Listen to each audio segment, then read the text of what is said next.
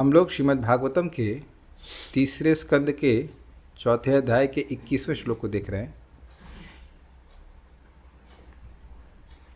आपने 20वें में क्या देखा था, एक बार उसको देख लीजिएगा।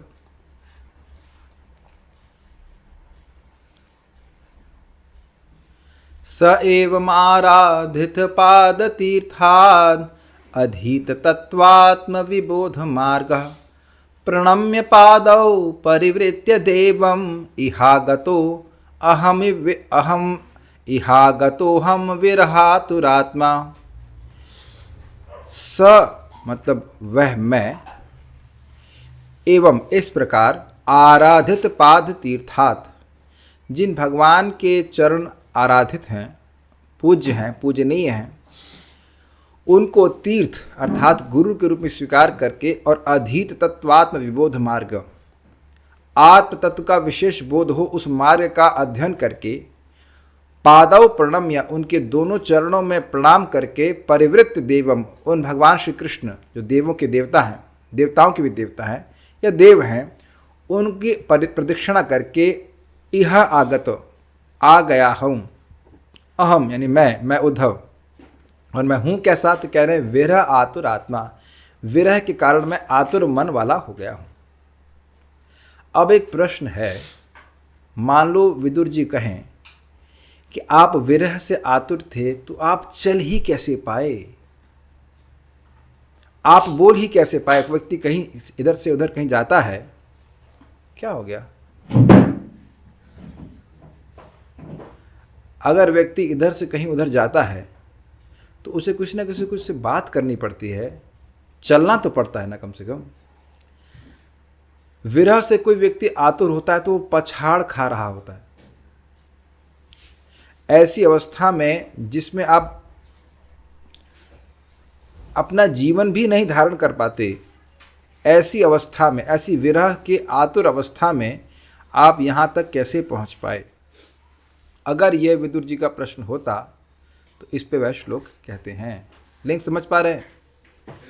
श्लोक बहुत सिंपल लग रहा है देखने में, लेकिन बहुत गूढ़ बातें इसमें छुपी हुई हैं। क्या आप लोग लिंक समझ पा रहे हैं? लिंक यह है कि विरह आतुर आत्मा मैं यहाँ आया, तो विरह आतुर हैं आप, तो आप जीवित ही कैसे रह पाए। इस जगत में इस प्रकार के विरह का अनुभव लोगों को होता नहीं है, इसलिए कोई विशेष बात समझ नहीं रहे कि विरह हुआ तो कौन सी बड़ी बात हुई। ये बताइए कि क्या आप लोग सांस लिए बिना भी सुन सकते हैं क्लास? श्लोक क्या है चैतन्य महाप्रभु की शिक्षाष्टकम का? शून्यायतम जगत सर्वम गोविंद विरयेण में। पूरा जगत मुझे शून्य लग रहा है गोविंद के विरह में। भक्त लोग समझाते हैं कि जैसे हम लोग को पानी में डुबो दिया जाए तो हमारे मन में हवा के अलावा, सांस के अलावा कोई विचार आ नहीं सकता, आप और कुछ नहीं कर सकते हैं। ऐसे जो शुद्ध भक्त हैं वह प्रेमातुर, विरह से आतुर हो जाते हैं। आतुर, एंशियस, तो विरह आतुर का मतलब हो गया कि इतना विरह हो रहा है कि वह और कुछ करने में समर्थ ही नहीं। तो आप और कुछ करने में समर्थ नहीं तो वहां से, प्रभास से कैसे आए यहां Vrindavan? Please try to understand this. किसी माँ का लड़का उससे छूट जाए, मर जाए, तो क्या उसको होश रहेगा? क्या सुध-बुध रहेगी? और वह भी कम ही है, क्योंकि माँ का प्रेम भी अपने बच्चों से जितना है उससे भी कोटि गुना अधिक उद्धव जी का भगवान के प्रति है। और भगवान से वह विरह का अनुभव कर रहे हैं। भगवान का तिरोभाव हो ही चुका है, तो वह तिरोभाव देखे नहीं, लेकिन भगवान ने आज्ञा दी तो चल दिए। तो अब यहाँ श्लोक में कह रहे हैं, जो कि बहुत ही अद्भुत बात है, कि कैसे आ पा रहे हैं, कैसे जा पा रहे हैं, कैसे जीवित रह रहे हैं भगवान के ऑल्टरनेट दर्शन और विरह से। हैं भगवान के विरह में, लेकिन उस विरह के कारण भगवान का दर्शन होने लगता है। आपने सुना था कि भगवान के वो धाम में चले गए थे, फिर वहां से वापस आते हैं।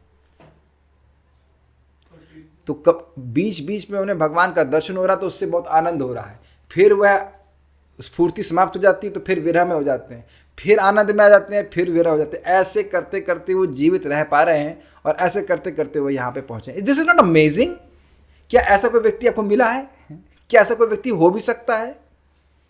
पहले इस विज्ञान को समझें। जब बहुत विरह से आतुर भक्त होते हैं तो उनका जो विरह है, दैट फीलिंग ऑफ सेपरेशन है, जो फीलिंग ऑफ सेपरेशन है वह एक जो योग माया का आवरण है जिसके द्वारा भक्ति भगवान की लीला को नहीं देख सकता है, उसको भेद देता है।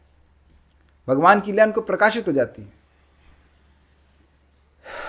विरह आतुर वही व्यक्ति हो सकता है जो प्रेम आतुर हो। Is it okay?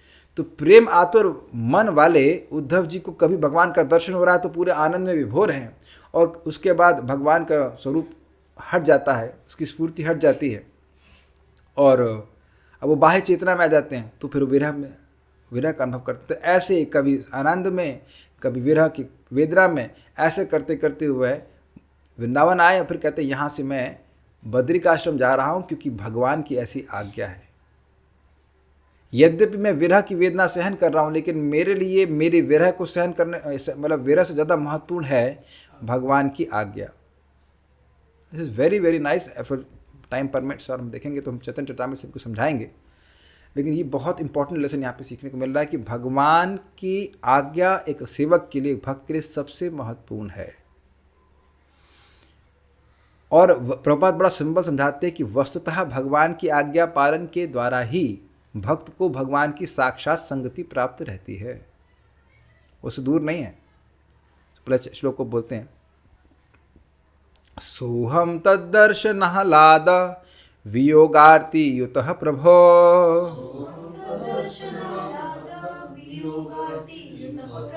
गमिष्ये दयितं तस्य भद्रयाश्रम मंडलम। सोहम तद्दर्शनाह्लाद वियोगार्ति युतः प्रभो गमिष्ये दयितं तस्य भद्रयाश्रम मंडलम। सोहम तद्दर्शनाह्लाद वियोगार्ति युतः प्रभो गमिष्ये दयितं तस्य भद्रयाश्रम मंडलम। सोहम तद्दर्शनाह्लाद वियोगार्ति युतः प्रभो गमिष्ये दयितं तस्य भद्रयाश्रम मंडलम। सोहम तद्दर्शनाह्लाद वियोगार्ति युतः प्रभो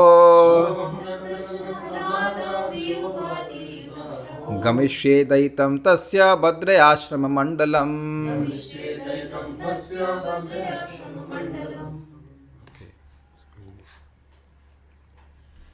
हे विदुर, अब मैं उनके दर्शन से मिलने वाले आनंद के अभाव में पागल हो रहा हूँ, और इसे कम करने के लिए ही अब मैं संगति के लिए हिमालय स्थित बद्रिकाश्रम में जा रहा हूँ, जैसा कि उन्होंने मुझे आदेश दिया है। प्रभो, हे महात्मा विदुर, तद दर्शन आह्लाद, उन श्री कृष्ण के दर्शन जनित आह्लाद एवं वियोग आरती युतः, युतः मतलब होता है युक्त, और वियोग जनित दुख, इन दोनों से युक्त स अहम, इस प्रकार स्वयं मैं। ये बात समझ में आ रही? आपके पास श्लोक नहीं है? अच्छा, उधर है। तो उधर से ट्रांसफर हो जाएगा आपके पास। आप भी हद करते हैं। तो उधर है, तो दूसरे कॉपी में है। यहाँ चीटिंग अलाउड है। आप दूसरे कॉपी में झांक सकते हैं, ठीक है। तो भगवान का दर्शन उनको मध्य मध्य में स्फूर्त होता तो उससे उनको आह्लाद होता। देखिए, आह्लाद कोई हल्का फुल्का सुख नहीं है जो आदमी को खाने पीने मिल रहा है। यह असीमित सुख है जो कि भक्त को उसकी प्रेम भक्ति के कारण प्राप्त होता है। तो उसी बात को वह कह रहे हैं, प्रहलाद आह्लाददायी ने। आह्लाद means extreme happiness, spiritual happiness. और वियोग आर्ति युतः, उनके वियोग का जो दुख है उससे वे युक्त थे। अब ये काफ़ी इंटरेस्टिंग चीज़ है। इस भगवत प्रेम से कैसा अनुभव होता है? तो तो कह रहे हैं अमृत से भी अधिक मीठा है। महाप्रभु समझा रहे हैं अमृत से भी अधिक सुस्वादु है और करैत सांप के बच्चे के विष से भी अधिक जहरीला है, कष्टकारी है। क्योंकि जब प्रेम होगा तो भगवान से विरह का अनुभव होगा, प्रेम होगा तो भगवान के स्मरण से सुख मिलेगा, लेकिन साथ ही साथ भगवान के विरह से, वियोग से, वियोग के विरह से दुख भी प्राप्त होगा। मैं फिर रिपीट कर रहा हूं कि अगर प्रेम नहीं होगा तो वियोग से विरह नहीं होगा। वियोग तो बहुत लोगों का है हमसे, लेकिन उससे कोई हमें विरह नहीं होता है। जब प्रेम होता है तब विरह होता है। बहुत इंटरेस्टिंग पॉइंट है। It is not the separation but the mood of separation which is wanted. Mood of separation will be only there when there is actual love. जब विरह का भाव तभी होगा जब भगवान के प्रति प्रेम होगा। तो जैसे उन्होंने बोला विरह आतुर अर्थात प्रेम आतुर, तो भगवान से उनको जो वियोग की आरती है, जो दुख है, यानी विरह की आरती का दुख हो रहा था। अब यह कैसे समझें कि एक ही समय में सुखमय है और आनंदमय है? तो देखिए, गन्ना होता है, तो गन्ने को जूस उस गुड़ बनाने के लिए तो गन्ने को की जो लकड़ी होती है, गन्ने का डंडा, उसी से अग्नि को ठेलते हैं उसमें। तो उसका आगे वाला भाग जो है, उसका जो रस है वो सांद्र यानी कंडेंस्ड हो जाता है। तो बच्चे लोग उस गन्ने को निकालते हैं जब वो काम हो जाता है और उसको चूसते हैं। आप लोग तो जानते हो, गांव में से देखे होंगे, हमने देखा नहीं तो थ्योरी से इमेजिन कर रहे हैं कि ऐसा होता होगा। और उसको वह चूसते हैं तो मीठा तो बहुत लगता है, लेकिन वह मुंह को जलाता भी है। तो उसी प्रकार से जो भगवत प्रेम है ये सुख देने वाला भी है, लेकिन भगवान का विरह अनुभव होने से व्यक्ति को दुख भी होता है, लेकिन ये दुख दिव्य है। तो ऐसा मैं, इस प्रकार का स्वयं मैं, तस्य दैतम। अब इसके दो अर्थ समझिए। तस्य दैतम का मतलब भगवान के द्वारा उपदिष्ट होकर अथवा उनके प्रिय। दैत का अर्थ होता है प्रिय। तो ये प्रिय शब्द किसका विशेषण है? पहले में आप सोचेंगे किसका विशेषण है ये? उनका प्रिय। तस्य दैतम मतलब उनका प्रिय। कौन? हाँ, यही सोचे ना, लेकिन नहीं ऐसा है। मैं भी यही सोचा कि उनका प्रिय मतलब उद्धव जी, लेकिन यहाँ इसका अर्थ लिया है आचार्यों ने, उनके प्रिय बद्रिकाश्रम मंडल को जा रहा हूँ। अब प्रश्न हुआ कि भगवान को बद्रिकाश्रम मंडल जो स्थान है वह प्रिय है, ये कैसे मालूम चला? क्योंकि भगवान वहाँ पे रहने वाले नर नारायण ऋषि और उनके जो पार्षद हैं उनको अपना लीला का दिव्य ज्ञान देना चाहते थे। वो लोग भगवान की भक्ति में, तपस्या में लगे हुए हैं। कुछ समझ में आ रहा है? तो वहाँ के रहने वाले जो भक्त हैं उनके प्रति भगवान का विशेष प्रेम है, इसलिए इस स्थान को प्रिय कहा जा रहा है। भाई देखिए, स्थान प्रिय कैसे होता है, इसमें कोई आश्चर्य की बात नहीं। वृंदावन भगवान को प्रिय है, द्वारिका भगवान को प्रिय है, इसी प्रकार से बद्रिकाश्रम भी भगवान का स्थान है और भगवान को बहुत प्रिय है। तो यहाँ पे दैतम का अर्थ बद्रिकाश्रम पे जाएगा। बद्रिकाश्रम जो भगवान को प्रिय है, वहाँ पे जा रहा हूँ। और दूसरा अर्थ है तस्य दैतम, उन भगवान का दैत अर्थात भगवान की आज्ञा थी कि आप जाएं। उद्धव जी को बोले थे कि आप बद्रिकाश्रम जाओ, इसलिए उनकी आज्ञा का पालन करने के लिए उनके द्वारा उपदिष्ट होकर, उनके द्वारा उपदेश प्राप्त करके बद्रिकाश्रम यानी बद्रिकाश्रम मंडलम गमिष्ये, स्थान को जाऊंगा, भी गए नहीं। तो इससे स्पष्ट समझ में आ रहा है कि अभी तक वह बद्रिकाश्रम नहीं गए। सीक्वेंस समझ लें, भगवान ने सब यदुवंश के संहार से पहले उद्धव जी को बद्रिकाश्रम जाने के लिए कहा, पॉइंट नंबर 1। उसके बाद ये लोग प्रभास क्षेत्र आ गए, यदुवंश का संहार हो गया, भगवान पेड़ के पास जाकर बैठ गए और उद्धव जी बद्रिकाश्रम जाने के बजाय भगवान से विरह का अनुभव करने के कारण उनके पीछे पीछे चलते हुए वहीं पहुंच गए जहां भगवान तिरोभाव होने वाले थे। और उसके बाद उनको भगवान ज्ञान देते हैं, भगवान कहते हैं अब आप बद्रिकाश्रम जाइए। तो अब भगवान की आज्ञा प्राप्त करके वह बद्रिकाश्रम जा रहे हैं, अभी गए नहीं हैं, अभी पहुंचे नहीं हैं। तो तस्य दैतम का अर्थ, दो अर्थ हैं। उनका दैत यानी कि उनकी आज्ञा को प्राप्त करके मैं जा रहा हूँ, और दूसरा अर्थ है दस दैत मतलब उनके द्वारा उनका जो प्रिय बद्रिकाश्रम है वहाँ जा रहा हूँ। क्लियर हुआ ये? ठीक है। दैत का दूसरा आज्ञा है। हाँ, ये मेरे लिए बहुत अद्भुत था। ये पहली बार मैं सुना कि भाई ये क्या है। मेरे को फिगर आउट करने में बड़ा कठिन लगा। मैंने कहा ये क्या, क्योंकि दैत का हमेशा अर्थ हम प्रिय सुने हैं, सेवक के अर्थ में लेते हैं, लेकिन दैत का अर्थ ये भी है कि जो आज्ञा दी जा रही है। Very interesting. स अहम, वह मैं उद्धव, वह मैं मतलब वह जो विरह आतुर आत्मा था, ऐसा मैं उद्धव, ये स्टाइल है। सह अहम, वही मैं। ये आपने सामान्य भाषा में उपयोग देखा, अरे वही बच्चा जो खेलता था, आज देखो लॉयर बन के घूम रहा है। ये शब्द आप इस तरह से नहीं सुने हैं क्या? तो सह अहम का मतलब वही मैं जो विरह से आतुर आत्मा वाला था, अहम, वही मैं उद्धव। तद दर्शन आह्लाद, उन भगवान के दर्शन से आह्लाद को प्राप्त करके, आनंद को प्राप्त करके, और वियोगार्ति युतः, वियोग के दुख को से युक्त होकर के, हे प्रभु अर्थात हे महात्मा विदुर जी, गमिष्ये, जाऊंगा। कहाँ जाएंगे? तस् दैतम, उनके प्रिय स्थान को जाऊंगा, या उनकी आज्ञा के अनुसार जाऊंगा। कहाँ? बद्र्याश्रमम मंडलम, बद्री का आश्रम मंडल यानी स्थान। तो मंडलम का अर्थ समझाया गया कि वह स्थान को सूचित कर रहा है, जैसे कि मथुरा मंडल, जैसे कि नवदीप मंडल, उसी तरह से बद्रिकाश्रम मंडलम, उस स्थान को मैं जा रहा हूँ, ये उद्धव जी ने कहा। अब आगे क्या बात हो रही है उसको देखते हैं। उद्धव जी ने विदुर जी को बतलाया कि श्री भगवान का दर्शन हो जाने के कारण परमानंद संपन्न तथा उनके वियोग जन कष्ट से दुखी मैं श्री भगवान के प्रिय बद्रिकाश्रम में जाऊंगा। स्पष्टन आगे देखते हैं। क्रम संदर्भ। विरह आतुर आत्मा होने पर आप किस प्रकार चलने व एवं बोलने में समर्थ हो पाए, यदि यह प्रश्न हो तो इस पर यह श्लोक कहते हैं। इसकी व्याख्या मैंने भी कर दी थी। शनकैर भगवल लोकादि के अनुसार वे भगवान के दर्शन के आह्लाद से प्रसन्न थे, एवं नृलोकम पुनरागतः के अनुसार वे वियोग आरती युत अर्थात भगवत धाम से जगत में पुनरागमन के कारण पीड़ित भी थे। ये पहले कहा गया है कि शनकैर भगवल लोका नृलोकम पुनरागतः विमृज्य नेत्र विदुरम प्रीत्याहोद्धव उत्स्मयन। महाभागवत उद्धव तुरंत ही भगवान के धाम से मानव स्तर पर उतर आए और अपनी आंखें पोंछते हुए उन्होंने अपनी पुरानी स्मृतियों को जगाया तथा वे विदुर से प्रसन्नचित्त होकर के बोले। श्रीमद् भागवत 3:2-6। अब इसका मतलब क्या है? देखिए, जब विदुर जी ने उद्धव जी से प्रश्न किए थे तो उद्धव जी उससे पहले उन प्रश्नों को भी सुन करके भगवान की स्मृति इतनी अधिक हुई कि वे भगवान के लोक में ही चले गए। इसलिए कह रहे शनकैर भगवान लोकात, पंचमी विभक्ति, लोकात, लोक से दूर होने के अर्थ में। वह धीरे धीरे भगवान के लोक से निर्लोकम पुनरागतः, इस निर्लोक में निर्लोक में पुनः आ गए, मतलब बाह्य चेतना में आ गए।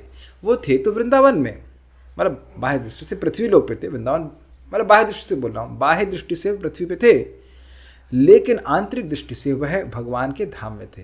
चेतना के स्तर पर वह भगवान के धाम में थे, और भगवान के धाम में थे अर्थात भगवान की प्रत्यक्ष संगति में थे।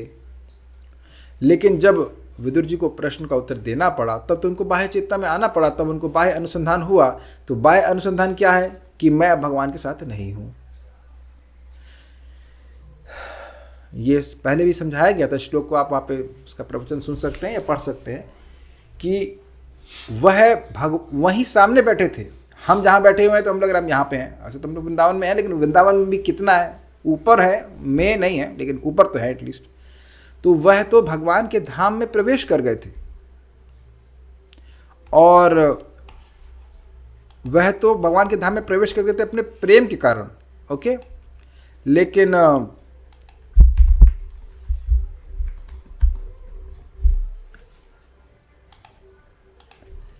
विदुर जी का प्रश्न देने के लिए, का उत्तर देने के लिए उनको बाह्य अनुसंधान होना जरूरी था, इसलिए वह बाह्य वापस इस मानव जगत में आ गए। तो एक ही समय में या कुछ एक समय में उनको भगवान की संगति का अनुभव हो रहा है या भगवान का प्रत्यक्ष अनुभव हो रहा है, तो उससे उनको आह्लाद हो रहा है।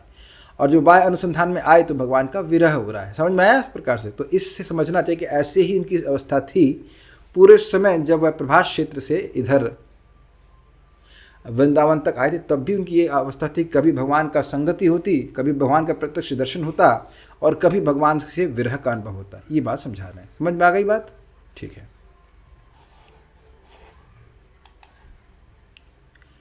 इस श्लोक के अनुसार यानी 3.2.6 के अनुसार मध्य मध्य में अपने भगवत साक्षात्कार से समर्थ होते रहे।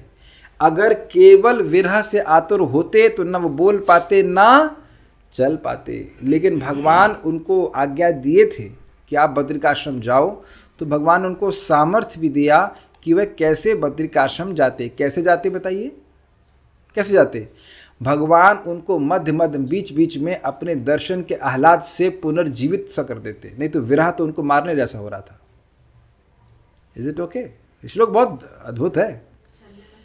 चलने में समर्थ इसीलिए हो पा रहे थे कि भगवान की स्फूर्ति उनको हृदय में हो रही थी, उस आनंद के कारण चल पा रहे थे। तो दोनों चीजें हो रही थी। नोट, उद्धव जी के अंतर मन में श्री कृष्ण की जब स्फूर्ति होती तब उन्हें साक्षात्कार जनित आह्लाद होता, और स्फूर्ति भंग होने पर वियोग जनित आरती होती। हे विदुर जी, इसी स्फूर्ति के दृढ़ता के कारण ही मुझ में यह शक्ति है। ये जो भगवान की स्फूर्ति उनकी हो रही थी, इसी कारण से वह भगवान के, इसी कारण से वो जीवन धारण कर पा रहे थे, वो कुछ बोल पा रहे थे, कुछ चल पा रहे थे, और इसी कारण से वो आगे बढ़ रहे थे। ऐसे अद्भुत भक्त हैं।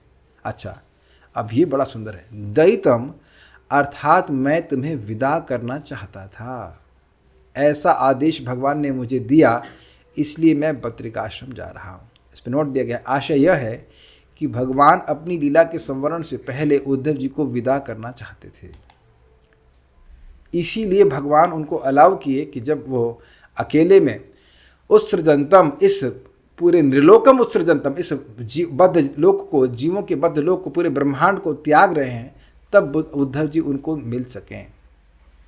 This is very interesting. वो जानते हैं कि भगवान अत्यंत विरह से आतुर हैं। और क्या बोल गया मैं? और क्षमा कीजिएगा, उद्धव, मैं सोच रहा था उद्धव जी के बारे में। उद्धव जी अत्यंत विरह से आतुर भक्त हैं। उनको ऐसे ही अपना अंतिम दर्शन दिए बिना मैं चला जाऊंगा तो उनसे वो जीवन नहीं रह पाएंगे। This is very interesting. भगवान ने द्वारका में उनको आज्ञा दी थी कि बद्रिकाश्रम जाओ, लेकिन वो जानते थे कि जा नहीं पाएंगे, फिर ये आए। It's like last see off, obviously it's not last, वो भगवान के पास वापस चले गए हैं, लेकिन बात बड़ी मार्मिक है।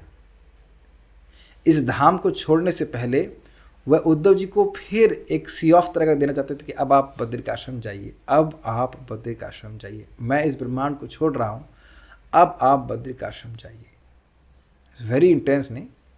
दयितम मतलब, क्योंकि भगवान ने इस प्रकार की विशेष आज्ञा के लिए मुझे चुना था। अंतिम समय वो जब जाने वाले थे तब मुझे वो आज्ञा दी है, तो वो आज्ञा ही मेरा जीवन है। दयितम, वो आज्ञा ही मेरा जीवन है। वो जो दयितम मेरे को आज्ञा दिए, वो मुझे आज्ञा देने के लिए ही मुझे रुके थे, केवल सी ऑफ नहीं था, वो आज्ञा थी कि आप जाइए, मैं फिर आपको ज्ञान दे रहा हूँ, और आप फिर बद्रिकाश्रम जा करके नर नारायण ऋषि को कथा सुनाइए। और ऐसा भगवान ज्ञान दिए, आप सुन चुके हैं, जो ब्रह्मा जी को भी नहीं दिए थे। It's very nice point. वंशीधरी अथवा दयिता का अर्थ है बद्रिकाश्रम क्षेत्र उन भगवान का प्रिय था। दयिता का अर्थ प्रिय था, तो उस प्रिय भगवान के क्षेत्र में मैं जा रहा हूँ, जहाँ पे भगवान के भक्त रहते हैं, और उनकी संगति में भगवान की कथा कहूँगा। सरार्थ दर्शनी, वियोग से जनित पीड़ा के कारण आप किस प्रकार अपना जीवन धारण कर पाएंगे? विरह आतुरात्मा का व्याख्या हो रही है। मैं तो प्रत्येक क्षण उनसे दर्शन से उत्पन्न सुख और उनसे वियोग के कारण दुख अनुभव करता हूँ। अतः बद्रिकाश्रम गमन तो श्री भगवान का आदेश था, अर्थात भगवान का आदेश है, इसलिए मैं जा रहा हूँ, नहीं तो मेरा सामर्थ्य नहीं था, मैं तो और कुछ करने के लायक नहीं सका। सुबोधिनी में है, बस मैं सुबोधिनी का एक पॉइंट ले रहा हूँ, बहुत अच्छा लगा था मुझे। ऋषि रूप भगवान का आश्रम है। कौन से ऋषि? नर नारायण ऋषि, जो कि भगवान के अवतार है भगवान के अवतार, लेकिन ऋषि रूप में है। तो उनका वह आश्रम है बद्रिकाश्रम। वहाँ की विशेषता बताते हैं कि वह मंडल है। अतः जैसे सवित अर्थात सूर्य मंडल के मध्य में नारायण रहते हैं, वैसे ही बद्रिकाश्रम मंडल होने से वहाँ भगवान का नित्य सन्निधान विराजना है। मंडल पद से यह सूचित किया गया। हमको बहुत अच्छा लगा था। कैसा लगा आप लोग को? समझ में आया? सूर्य मंडल, सूर्य ग्रह मंडल तो सर सूर्य मंडल कहते हैं। सूर्य मंडल के अंदर भगवान नारायण है, सूर्य नारायण है, विष्णु तत्व है वो। सूर्य देवता विवस्वान है, लेकिन उसके अंदर कौन है? भगवान सूर्य नारायण है। तो सूर्य मंडल में जैसे भगवान नारायण रहते हैं, ऐसे ही बद्रिकाश्रम मंडल में भगवान नारायण रहते हैं ऋषि रूप में, इसलिए उस स्थान को मंडल कहा गया।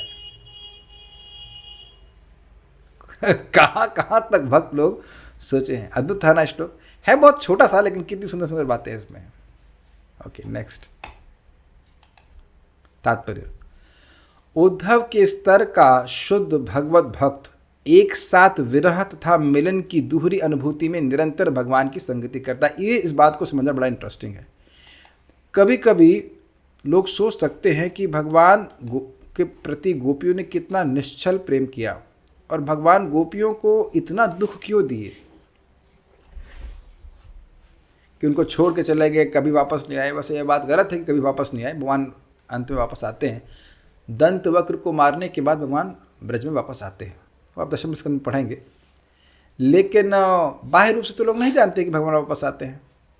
लेकिन समझने का प्रयास कीजिए, गोपियों का प्रेम तो अत्यंत उत्कृष्ट है। वो एक ही समय में कृष्ण से विरह का भी अनुभव कर रही हैं और कृष्ण से मिलन का भी अनुभव कर रहे हैं। देखिए, प्रभुपाद जी ने बड़ा स्पष्ट बताया, Krishna's remembrance is actual fact. इस जगत में हम किसी का स्मरण करते हैं तो वो व्यक्ति वस्तुतः हमारे साथ नहीं रहता है, लेकिन भगवान का स्मरण, भगवान की संगति साक्षात है। इसीलिए आप लोग श्रीमद् भागवतम का श्रवण कीर्तन करके हम सभी लोग अपने मन में एक प्रसन्नता का अनुभव करते हैं, शांति का अनुभव करते हैं, क्योंकि भगवान का संपर्क प्राप्त होता है। इस जगत में हम किसी की बात कर रहे हैं तो वह व्यक्ति अनभिज्ञ है, हमारी बात हो रही नहीं हो रही है, कुछ भी हो रहा हो, और वह उससे अछूता है। मैं समझा पा रहा हूँ। मान लीजिए मेरी कोई बात करे, कहीं दूर अमेरिका में कहीं बात करे, दूसरे नीचे कमरे में भी बात करेगा तो भी मुझे नहीं मालूम चलेगा। तो मेरा तो संपर्क उन लोगों से हुआ नहीं, और मेरे स्मरण से या किसी व्यक्ति के स्मरण से उसको कोई लाभ नहीं होगा, उसको उस व्यक्ति का संगति नहीं प्राप्त होगी। Is that okay? लेकिन भगवान का स्मरण साक्षात भगवान की संगति है, क्योंकि वो एब्सोल्यूट ट्रुथ हैं, वो परम सत्य हैं। उनकी स्मृति में और उनमें कोई भेद नहीं है, उनके नाम में और उनमें कोई भेद नहीं। यही है परम सत्य का विशेष गुण। जो रिलेटिव ट्रुथ हैं, सापेक्ष सत्य हैं, वह इस गुण को नहीं धारण करते हैं कि उनका नाम उनसे अभिन्न हो या उनकी स्मृति उनसे अभिन्न हो। कुछ समझ पा रहे हैं सब लोग? तो क्यों विरह के कारण उनको स्मरण किसका होगा? अरे आपको किसी का भी विरह हो, किसी से भी विरह हो, स्मरण किसका होगा? उसी का होगा। लेकिन इस जगत में जिससे विरह होता है उसकी संगति नहीं मिलती है। लेकिन भगवान से जब भक्त को विरह होता है तो उसे भगवान का स्मरण होता है, और भगवत स्मृति ही भगवान का संगति है। तो एक ही समय में भगवान की संगति भी हो रही है और विरह से दुख भी हो रहा है। कुछ समझ गए सब लोग इस बात? लेकिन ये उद्धव जैसे भक्त के लिए होता है। अब आपको कहे, मान लो कहें कि हमें क्यों नहीं अनुभव होता है, तो अभी हमारी भक्ति कम है, कमज़ोर है। सिंपल। भक्ति को बढ़ाएंगे जब जैसे जैसे भक्ति बढ़ने लगती है, विरह का अनुभव होने लगता है। सुनाई पड़ रहा है ना जैसे मैं बोल रहा हूँ? आप कहेंगे ऐसा क्यों कह रहे हैं? क्योंकि विरह का अनुकरण नहीं कर सकते। जो व्यक्ति विरह का अनुकरण कर रहा है उसको अनुकरण क्यों करना पड़ रहा है? क्योंकि उसकी भक्ति ऐसे स्तर की है नहीं, और जिसकी भक्ति ऐसे स्तर की होगी वह अनुकरण नहीं कर सकता। मगरमच्छ के आंसू मगरमच्छ ही बहाएगा। समझ में आया आपको? मगरमच्छ के आंसू। We don't have to do अनुकरण। भक्ति करते रहें, जप करते रहें, भागवत सुनते रहें। भागवत सुनने से, जप करने से, भगवान की भक्ति करने से अपने आप भक्ति बढ़ती है। भक्त्या संजात या भक्त्या, अपने आप भक्ति बढ़ती है और अपने आप ही फीलिंग्स आती हैं। We don't have to artificially cry. ठीक? शुद्ध भक्त क्षण भर भी भगवान की दिव्य सेवा से विरत नहीं होता। इस बात को भगवान ने भगवद गीता में कहा है, मद चित्तः मदगत प्राणः। मुझ में ही मेरे शुद्ध भक्तों का चित्त लगता है और उनमें ही मुझ में ही उनके प्राण होते हैं। उसका क्या मतलब है? क्या हम लोग हवा के बिना कभी सोच सकते हैं कि हम जिएंगे? कभी गिनती करके हम लोग सांस लेते हैं? सांस नहीं लिए बिना कैसे चलेगा? या मछली पानी के बिना कैसे जिएगी? ऐसे शुद्ध भक्त की अवस्था होती है। This is very high, but this is the fact. भगवान की सेवा करना ही शुद्ध भक्त का मुख्य कार्य, एकमात्र कार्य है, और कुछ कार्य है ही नहीं। उद्धव को भगवान का वियोग असह्य था, अतएव भगवान के आदेश का पालन करने के लिए ही वे बद्रिकाश्रम के लिए चल पड़े, क्योंकि भगवान का आदेश तथा भगवान अभिन्न है। ओके? जैसे श्रीला रूप गोस्वामी और सनातन गोस्वामी जी को महाप्रभु ने कहा कि अब आप वृंदावन जाइए।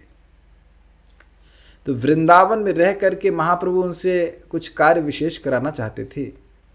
सोचिए, भगवान साक्षात इस धराधाम पर हैं, तो उनको छोड़ के व्यक्ति किसी और स्थान में क्यों जाएगा? कोई कह सकता है कि परिवार के लिए, तो रूप गोस्वामी सनातन गोस्वामी तो परिवार छोड़ दिए थे। और ऐसा भी नहीं था कि महाप्रभु से प्रेम नहीं था, लेकिन भगवान की आज्ञा का पालन करना ये एक भक्त के लिए ज़्यादा महत्वपूर्ण है। सी द पॉइंट इज कृष्णानुशीलनम भक्तिरुत्तमा, आनुकूल्येन कृष्णानुशीलनम भक्तिरुत्तमा।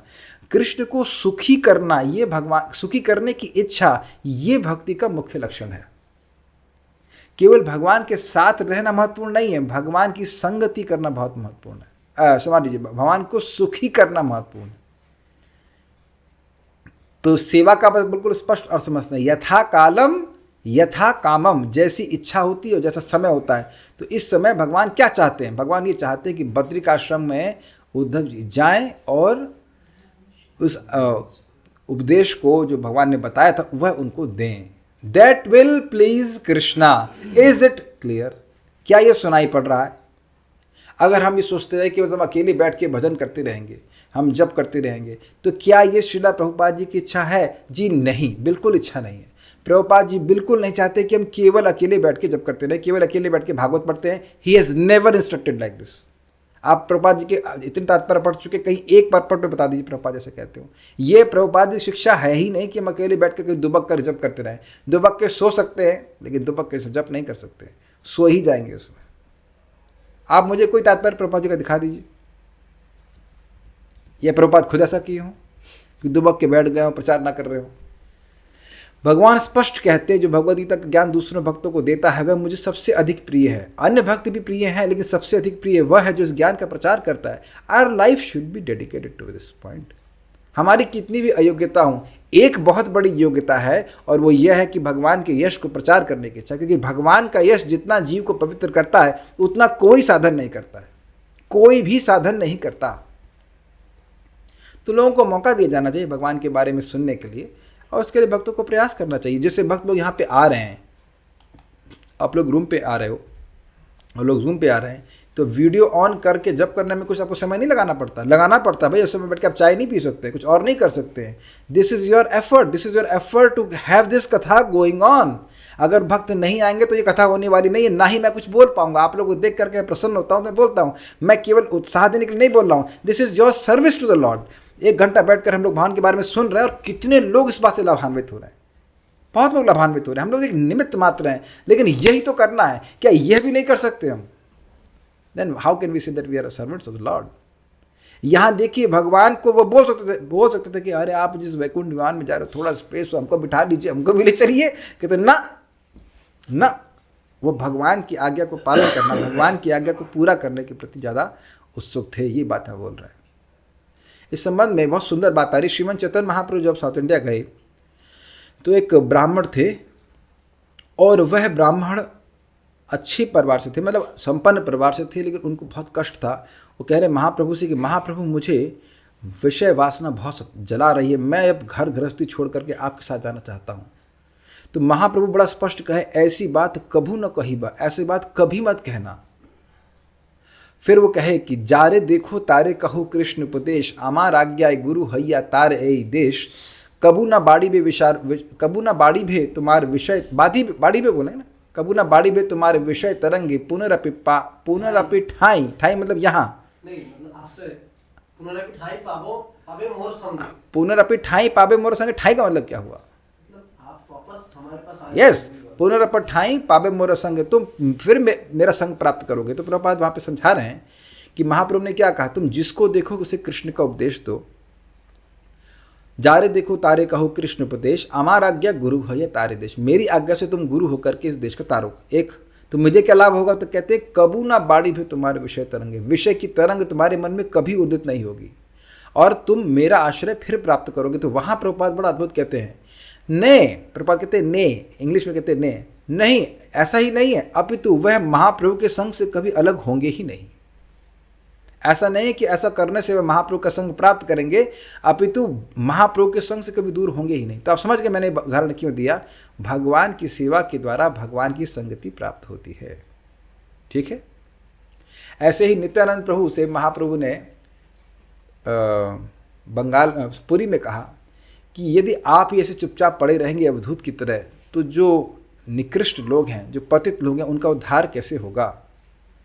तो नित्यानंद प्रभु को वो भेजे बंगाल में, और जो कहते सबसे हीन व्यक्ति उनको आप प्रचार कीजिए, उनको भगवान का प्रेम दीजिए। तो नित्यानंद प्रभु के लिए चैतन्य महाप्रभु साक्षात प्राण हैं उनके, लेकिन फिर भी उनके लिए आवश्यक, उनके लिए महत्वपूर्ण अधिक यह था कि वह श्रीमद् चैतन्य महाप्रभु की आज्ञा का पालन करते, उनकी इच्छा क्या है वह पालन करते। क्लियर? बहुत इंपॉर्टेंट बात है। तो क्योंकि भगवान का आदेश तथा भगवान अभिन्न हैं, उनका आदेश का पालन करना भगवान की साक्षात संगति है। जब तक मनुष्य भगवान के आदेश का पालन करने में सचेष्ट रहता है, तब तक उनसे वास्तविक वियोग नहीं सताता है। जैसे श्रील प्रभुपाद जी कहा करते थे कि मैं कभी महसूस नहीं किया, उन्होंने कभी महसूस नहीं किया कि वे अपने गुरु महाराज से अलग हैं, क्योंकि वह उनको हमेशा स्मरण रहता था कि उनके गुरु महाराज ने कहा था कि विदेश में जाकर के आप कृष्ण भावनामृत का प्रचार करें। So very very powerful, very very powerful. बहुत ईजी भी सिस्टम है। भगवान ने आज्ञा दी है, मन मना भवमत भक्तो मदयाजी माम नमस्कुरु। तो जो व्यक्ति इस प्रकार से आज्ञा का पालन कर रहा है, वो भगवान की संगति में ही अपना जीवन बिता रहा है, और इसी कारण से वो अपने जीवन से दुखों की निवृत्ति होता हुआ देखेगा। और जो उसका पालन नहीं कर रहा है, वो भगवान से अलग है, च्युत है, and he will be unhappy. तो इस प्रकार से भगवान की आज्ञा पालन करते हुए उद्धव जी विरह और आनंद दोनों का अनुभव करते हुए चल रहे हैं। विरह और आह्लाद, विरह जनित दुख और दर्शन युक्त भगवत संगति युक्त आह्लाद का अनुभव करते हुए चल रहे हैं। अनुकरण करने वाला व्यक्ति लोगों के सामने ही अनुकरण करेगा या अकेले में भी अनुकरण करेगा? नहीं, ये अच्छी बात है। अकेले भी अनुकरण नहीं करेगा, क्योंकि देखने वाला कोई नहीं है ना।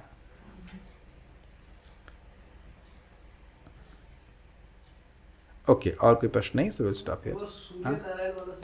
सूर्य भगवान, देखो एक तो है सूर्यदेव और एक है सूर्य नारायण। तो सूर्य नारायण है विष्णु तत्व, जो कि सूर्यदेव सूर्य ग्रह में अंदर निवास करते हैं। तो वस्तुतः सूर्यदेव, मतलब जो लोग सूर्यदेव की उपासना कर रहे हैं, सूर्यदेव की उपासना कर रहे हैं, लेकिन सूर्यदेव के अंदर सूर्य नारायण है। तो वो सूर्य नारायण उस सूर्य मंडल के अंदर विद्यमान है। तो जैसे भगवान नारायण सूर्य मंडल के अंदर विद्यमान है, ऐसे ही भगवान नर नारायण भगवान जो है वह बद्रिकाश्रम मंडल में विद्यमान है, इसलिए इसको मंडल कहा जा रहा है। कुछ और पूछ रहे हैं? भगवान के सामने भी अनुकरण करेगा। देखिए, पॉइंट इज वेरी सिंपल। जब आपको दुख होता है, जिस भक्त ने प्रश्न किया है, जब आप कभी बहुत दुखी थे तो आंसू अपने आप आ गए थे या आप अनुकरण कर रहे थे? कभी कभी डांट पड़ जाती है तो आपके हृदय में अपने आप दुख उत्पन्न होता है, या आप दुख का अनुकरण करते हैं। मैं बहुत दुखी हूँ, मैं बहुत दुखी हूँ, क्यों मुझे डांट पड़ी, मुझे डांट नहीं। यू जस्ट डोंट डू अनुकरण। नहीं, इमोशंस आपके अंदर कुछ है, वही बाहरी रूप से आते हैं कि नहीं आते हैं? गुस्सा नहीं होता है कभी, तो गुस्से का अनुकरण थोड़ा कर रहे होते हैं। गुस्सा करते हैं, खत्म। अनुकरण नेचुरल नहीं है। मान लो कोई स्त्री अपने पेट में वो तकिया बांध ले, तो क्या उसको गर्भ ठहर जाएगा? गर्भवती कहलाएगी, दिखेगी गर्भवती, लेकिन गर्भवती है तो नहीं ना। Is it not? ये टेंडेंसी हो जाती है जगत में लोगों की। आप लोग अच्छे भक्त हैं, हम नहीं करेंगे ऐसा, उम्मीद है, लेकिन लोग प्री मैच्योरली भक्ति में मैच्योर होना चाहते हैं। ऐसा होगा नहीं। आप लोगों को याद होगा भगवत गीता में पढ़ रहे थे ना, भगवान की योजना से भक्त परिपक्व होता है। भगवान की योजना है कि हम कैसे शुद्ध होंगे। हमारी योजना से हम शुद्ध नहीं होंगे कि हम 2 साल में 4 साल में भगवान का दर्शन कर लेंगे। और एक विचार कीजिए, इस समय जो हमारी चेतना है, क्या हम भगवान के दर्शन करने के योग्य हैं? हो गया ना, 16 माला हो गया ना, अब थोड़ा दर्शन रोकिए। नहीं, अब नहीं रोकूंगा, नहीं मुझे नौकरी पर जाना है भाई, मुझे नौकरी पर जाना है। नौकरी का दर्शन नहीं करते रहेंगे, नौकरी क्या जाएंगे? Is it not? क्या इस प्रकार से हम फीलिंग्स को धारण करने का भी तैयार है? नहीं है। So let it come when it has to come, when we are उसके लिए योग्य हो, तभी उसके लिए हमारे सामने उपस्थित तो अच्छा रहेगा। तो ठीक है, समझ में आ गया होगा। So stop here now. Shrimad Bhagavatam की जय, श्रील प्रभुपाद की जय, निताई गौर प्रेमानंदे।